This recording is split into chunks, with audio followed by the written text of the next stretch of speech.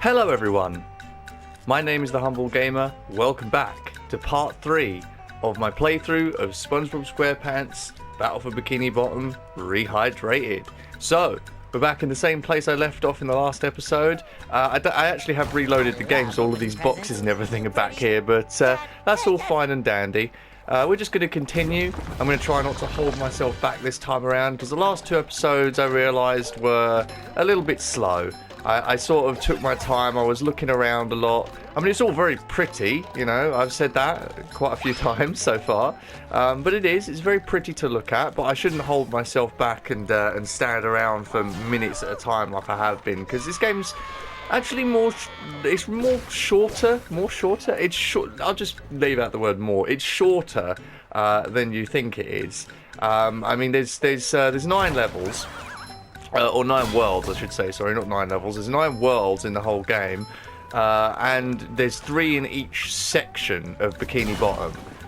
We are in the first section of Bikini Bottom, and this is the first world, and it really does not take that long to get through it at all. I mean, like I said, I think it was in the first episode, it's supposed to take about an hour, well, I mean, even in the first hour I played, I didn't manage to pull it off, so I don't know, maybe I'm wrong about that. That's pretty cool, walking out on the tentacle, I forgot about that. But yeah, it's pretty neat. Oh, really?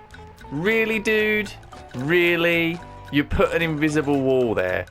You put an invisible wall there. I remember being able to do this on the PS2 version, you dodgy gits. God damn it. Alright, I guess I'll have to do it the legit way then. Well, yeah, anyway, we're back. It's episode 3.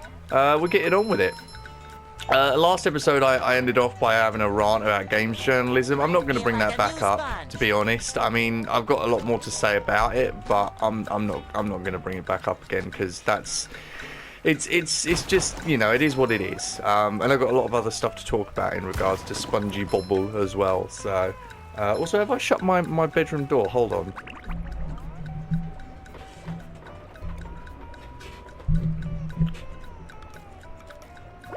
Okay, yeah, I have shut my bedroom door. God, I just keep thinking I've, like, forgotten to do something. You ever get that feeling like you've forgotten something? Like there's something really important you've got to do, or something important you got to remember to do, and you've just forgotten it. And you're just left sort of sitting there like, what? Oh, we can't do that yet, of course. This is a move we have to come back and do. SpongeBob needs to know the bubble bowling move in order to play this game.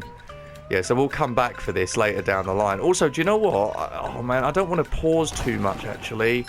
I mean, I've got to show it eventually, but let's try and finish Jellyfish Fields today first, and then I'll have a look at it. But I haven't got a chance to actually look at the menu properly yet. Like, I've paused a few times. I've seen this, but I haven't actually like looked into it too much to see what it actually looks like beyond that. Also, I didn't mention last episode, but I really love the way the jellyfish have been changed up as well in this. They have this sort of force field thing that goes around them of shock. If you're in it, you get hurt. They didn't have that on the PS2 or Xbox versions of the game. Was there a version of Battle for Bikini Bottom on GameCube? I think there was. I think there was actually a version of Battle for Bikini Bottom on the GameCube. I'm not 100% sure about that though. I think I might be getting that from like maybe a playthrough I saw from Aaron. Speaking of which, I haven't mentioned him at all in this playthrough yet. Aaron, multi-classic gamer. I probably should have mentioned him in the first episode if I was going to mention him at all, actually. But I did a few collab videos with him back in the day, and he is like the primo guy to see SpongeBob videos on YouTube. And I have to sort of mention him because I still watch his videos, and if he does watch these, then you know I'd like him to know that I still do watch his videos and I do support him. It's nice to see him still uploading. You know, I don't think I've watched a video of his in a couple of weeks. He was doing like a playthrough of a SpongeBob game, an older SpongeBob game anyway. I think he might have been replaying Battle for Bikini Bottom actually before this Rehydrated version came out. And I don't know, I just feel like he deserves to be mentioned, you know. I'm not very fond of his commentary style, but then, you know, sometimes you just aren't, you know. Although I feel like I've said that already, though I can't remember if I said it in the first practice session I did, or if I've said it in the last 2 videos. But, you know, if it's a repeat, I'm sorry. You know, at least I know I've said it now. But there's other stuff to talk about anyway. I have a thing to mention, which was that when I was a kid, I used to... Oh, okay, I was supposed to go around that way, okay. When I was a kid, I used to love SpongeBob so much, I actually collected these magazines. There were official SpongeBob SquarePants magazines. There were a lot of them. And I managed to collect, I think, 90 of them, or something like that. Or maybe it was a lot more than that. I can't fucking remember how many there were. But I think I was about 9 years old or something when I was collecting those. And they came with collectible cards, trading cards. They were like shiny ones, scratch and sniff ones. I don't know if anybody would actually know what I'm talking about, but just imagine one of those stupid little kiddie books that you get like things with when you buy them. It was one of those. I'm not sure if they still do those anymore, because people just don't buy them. I mean, at least I don't think so. I don't know. I mean, trading cards are still pretty popular, all things considered. Oh shit, okay. Yeah, trading cards are still pretty popular, all things considered, especially kids' trading cards. Kids love to pick up trading cards. Okay, so I'm not sure if this is true. Okay, there is a loading screen. Okay, so part of me in my original practice playthrough thought that there was no loading screens to get from one section of a world to another. I thought it was open world. But maybe it was just the fact that, you know, you can see everything in the distance and the loading screens are so short. But, yeah, that was something.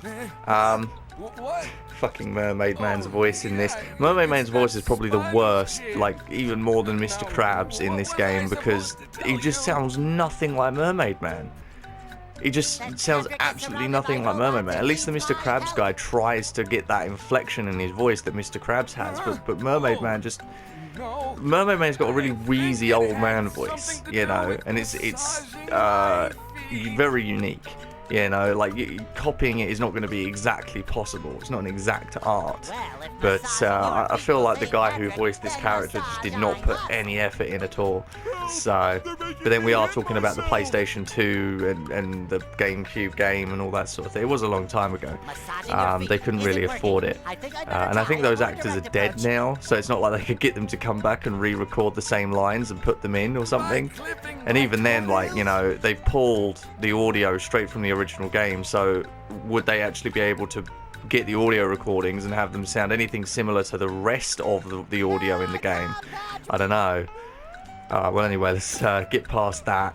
I hate the dialogue in this game. The last 2 episodes have been doing my head in for the dialogue, because sometimes the dialogue is really loud and sometimes it's really quiet, and I have no idea why. I've turned the notches around again in the audio menu just to see what it sounds like for this episode, but man, I just have no idea.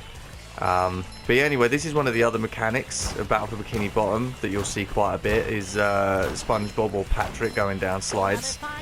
There's a couple of socks here that we can get. Oh yeah, there we go. Okay, I got that on the first goddamn try. Awesome. Okay, so that slide was just a pretty short little stint there, but there were 2 socks that you could get there, one on the slide and one up on that platform at the end. On the slide, if you push up on the D-pad, hold on, if you push up on the left stick, you will go faster on the slide, and you have to have that momentum when you come off the jump there in order to get up onto that up there. So just so you know, so that you don't, perhaps you might actually be able to do it the first time too, just like I did. Okay, so this is pretty simple stuff here. There are 3 Robotron machines to kill, and then we get to move on. So pretty simple stuff. They'll shoot up a bunch of robots onto the middle island. You don't actually have to fight them. I don't usually. I feel like it's absolutely pointless to. You have to battle through. No, I bloody well don't. Look, I can just go straight over here and straight up here and straight up here, kill this one robot, straight up here, hit this, and then boom, that's 1 platform down. Oh wait, no, okay, I guess it doesn't put up 1 platform at a time. Okay, there we go. Oh, I'll never get used to the way this looks, I don't think. I mean, even after playing for an hour for practice and you know, doing 2 more episodes and now this 3rd one, I'm still just not used to this. It's so strange to see everything in such high definition, because I've seen, you know, pretty HD versions of the PS2 game. I don't mean like graphical upgrades or anything. I mean just like people with better cables and stuff, you know, that can up the quality of the HD that's coming through. I mean, if you're talking like, well, actually, all of the original versions of the game were on AV cables, so maybe, yeah, you know what, I don't think you could get HD, but people did somehow manage to make it look a little crisper, a little sharper in some cases. I used to see that with a lot of GameCube games, actually. When I was playing Super Mario Sunshine, I had that, I'm not going to say issue, actually, but I had that sort of thing happen with Super Mario Sunshine. I saw videos on YouTube where people had gotten Mario Sunshine to look incredibly like good, like they'd managed to get the graphics to come through like Wind Waker HD quality. And I tried to figure out how the hell they did that, and the best option that I could find was emulation. If you've got like a really good machine, then you could potentially emulate the GameCube and mess with what kind of graphics you can get on Mario Sunshine, and then you can make it look absolutely like sharp and crisp and more colourful. But I don't know, there was just something, like, it looked better than it does normally. Like, it was weird. You know, it's like they had a texture pack on or something. Everything was sharper, the colours were more vibrant, and everything just seemed smoother. It was really weird. I've seen a few videos like that, not just for Mario Sunshine, but for a lot of other games too. People somehow managing to make these games look a lot better than they actually are supposed to look. But anyway, we are now with Patrick. We have got Patrick now.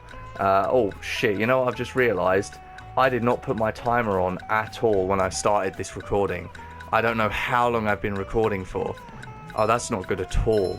Okay, well, you know what? I might just stop at 10 minutes on my recorder then, now that I've turned it on. See how that goes. Let's bring Patrick through here. Oh, you know what? That's something as well that I can mention. When I was doing the practice playthrough and I got to this point, I was really disappointed by how little you can throw the watermelons now, because in the original game you could throw the watermelon a lot further. Like, I could, if I got the right angle here, I could throw the watermelon all the way to the button from here, but I just can't do that now. Okay, let's there we go, we got it. I don't like the way the watermelon flashes as well, like before it breaks, because it flashes a lot more than I'm used to anyway. It's very off-putting. It makes you feel like it's going to disappear in like the next couple seconds, but it lasts for about 6. So it lasts 3 times as long as you think it's going to last. It's very strange. I haven't actually gotten a chance to explain... Oh shit, I wasn't meant to do... Well, it's more shinies actually, that's probably a good thing. I haven't gotten a chance to explain any of the tikis in this game yet either. There's like a whole bunch of different tiki boxes that you can find, and these TNT ones, these red ones, are obviously explosive boxes. There's also boxes that they sort of shrink when you get near them. You have to sneak at them in order to make them not disappear, so you can hit them. But they're you know, it's all like pretty decent stuff. Also, did Patrick? Oh, Patrick was actually looking forward there. I just noticed that, like, before I pressed X and continued. So weird. Well, I never finished talking about the SpongeBob magazines anyway. So as a kid, I collected these magazines. I've still got them. I kept them. I never got rid of them. And I got a bunch of trading cards with them as well. And I have the trading cards sitting up on my shelf. I can see them from where I'm sitting. And it's like a little chest with SpongeBob SquarePants written on it, and inside is all my collectible cards. They're all like in sleeves and stuff. I've kept them sitting on that shelf for a good several years. I haven't touched them, but they used to be like really cool to look at, because they had all these facts on them and stuff. I enjoyed looking at them anyway. I enjoyed collecting them. It was kind of fun. to go to the shop every week and pick up a new SpongeBob magazine, read a new story, do a few of the puzzles in the magazines and stuff. I'm a bit of a, I used to be a bit of a collector as a kid. You know, I used to collect various different things. I liked collecting gems. I had these couple of gem sets that I collected, which were pretty neat. They had like tiger's eyes and all that sort of thing. Well, actually, funnily enough, when my dad and my brother went on holiday not long ago, well, I shouldn't say not long ago. I suppose in the grand scheme of things, not long ago. But they brought back a box of collectible like gems and stuff for me, and there was like pieces of Vesuvius in there and stuff. It was really neat. It was really cool. I liked it. It was good stuff. Man, oh man, I'm so much more chill today than I was the other day when I did this. It's kind of cool though, actually. I feel kind of cool. It's really chill outside. It's not hot anymore. And I've been waiting for that for ages, because it's just been so goddamn hot. Alright, let's get through here. There we go. We're through! Oh, we can't get those boxes because we're not SpongeBob. Oh well. Oh look, these corks look neat. They looked a bit crappy on the PS2 version. Look pretty shitty, look like pretty shitty corks. Let's get through here. I've got to wait for the spikes again. Oh god, let's not get hit by these balls.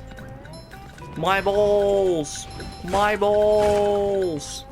Oh man. I tell you, I'm being so quiet. I'm just enjoying this now, actually. I'm starting to get into this. There we go. Get rid of that damn TNT. Super monster combo. Wow. Wowzers. Yeah, we have to... This shit's going to become a problem later with watermelons and Patrick. There's like missions where you have to slowly but surely work your way through puzzles like this with a bunch of watermelons. Oh shit. The fuck? I threw that watermelon on top of that watermelon up there. Okay. Weird. Fucking do you, I guess, watermelon boy. Alright, let's throw it on top of the right watermelon this time. Good god. Alright, so yeah, now we have to do 2 watermelons.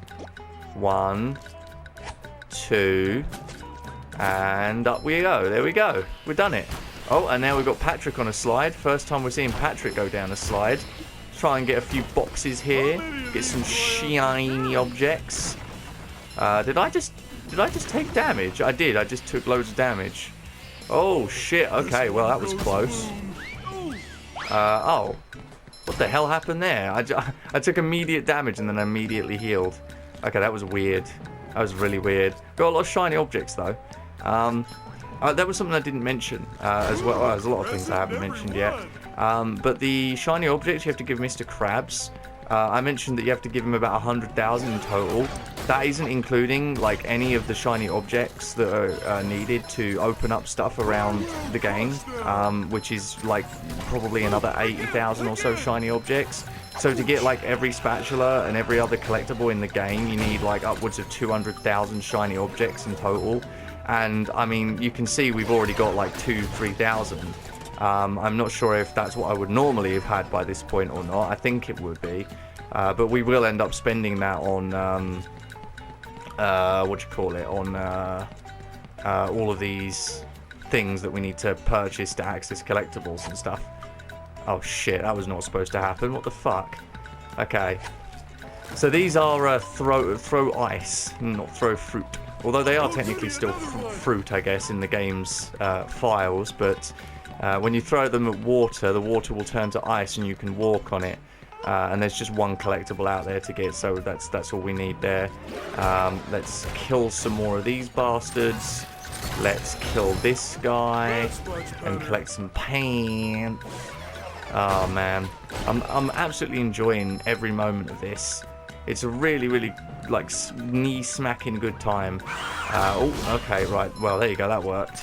I killed that motherfucker, didn't I? Killed them boys mighty fast. Let's kill him again. Let's do it. There we go. More shiny objects. Amazing. Incredible. We're actually right out here, I think, is the very last area of the of Jellyfish Fields. So hopefully we can just get on with Jellyfish Fields and finish it today, and get to the next place that we need to go. Oh, that's pretty goddamn annoying, isn't it? Okay, well, that is very annoying. Oh, wait a minute. Oh, wait. I remember how you're supposed to do this. Oh, come the fuck on, man. Oh, no. No. Oh, come on. That's bullshit. Okay. That's the first time I've seen something be really, like, severely clunky in this game. Okay, so this move that I think I showed off in the last episode, possibly, or I might not have. This is the replacement for the belly flop move. So in the original game, Patrick does a belly flop instead of a butt bump for this move. But I think because the other Patrick move already involved the belly, I think they decided to do a butt bump for the other one instead. But usually, what you can do with that move is you can stun robots, yeah, like that. But holy shit, was that fucking weird! Like, could you see? I was like bumping right next to them, and they were not being stunned. See right there. See right there. Also, wow. Okay. Oh, come on. No. Come on. There we go. Okay, what? Oh my god. What the fuck, though? Holy shit, dude. Okay, that was just fucked beyond measure. Holy shit. That's gonna take some time to get used to. That is so strange. Why is it so weird with the hitbox? That is okay. I hope that's not going to be a big issue, because there is some important stuff later in the game that we need to be able to stun robots for, and if it's going to play up like that, holy shit, we're going to struggle. But yeah, that was just weird. I'm so used to that instantly stunning an enemy if you're within a certain range of them. That was so weird that I was just bumping right next to them and they weren't being stunned. That was so weird. Okay. Well, there you go. That's fucking, that's whatever it is, I guess. Mr. Krabs. Oh, okay. I forgot that he talks, of course. And he's got the weird voice. Yes. Oh, jeez. What was this episode? I'll tell you. What was it? I have no idea. I've got so many things to potentially talk about in this series that I'm just struggling to pick one to stick with. I mentioned the magazines and the cards at least, which is cool. I'll find some other stuff to talk about though as time goes on, but I think I'm going to end off this episode here because obviously I have no idea how long I've actually been recording for. I could have been recording for like 15 or 16 minutes. I could have been recording for 22 or 23.